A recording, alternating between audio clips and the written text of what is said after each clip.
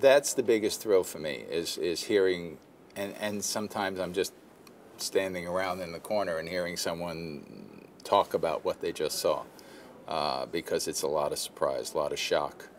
There's lots of information in the show that nobody knew. There's a lot of the cat's out of the bag now about relationships and all, but it's not at all a typical music story.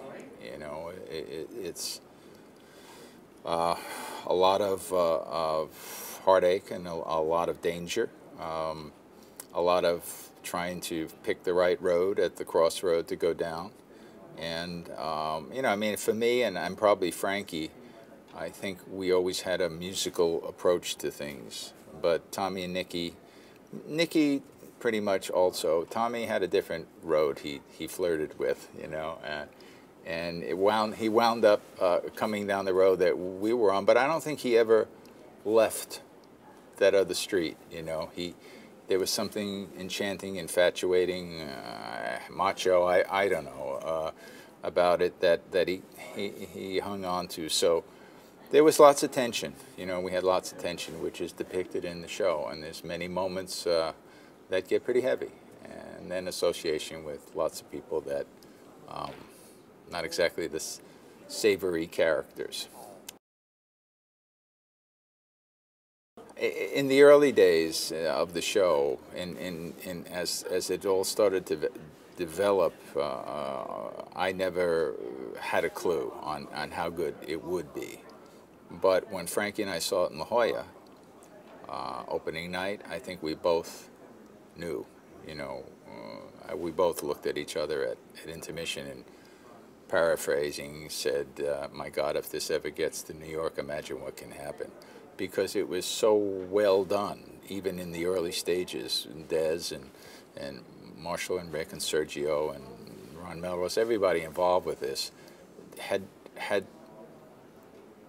caressed this so perfectly and passionately that we were shocked. I mean, I don't think it was supposed to be a workshop, essentially, an expensive one, but a workshop, and to walk out of there saying, it's ready to go, you know. There's not much more we can say except stretch the music and do this, do that, but it was full impact for us, you know. It wasn't, it's a work in progress. It was like, bang, this is here.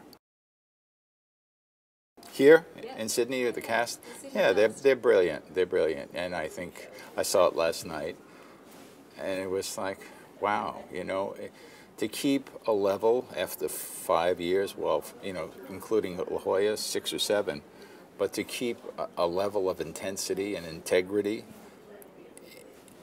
you know, as far away as we are on the other side of the world, and have it translate as well as it did last night, is quite an accomplishment. And, you know, I don't have a whole lot to do with that. So the team that we have that put this together and got the right people and the right venues and the way it's presented here is as brilliant as it was on Broadway, or is on Broadway, still running, obviously.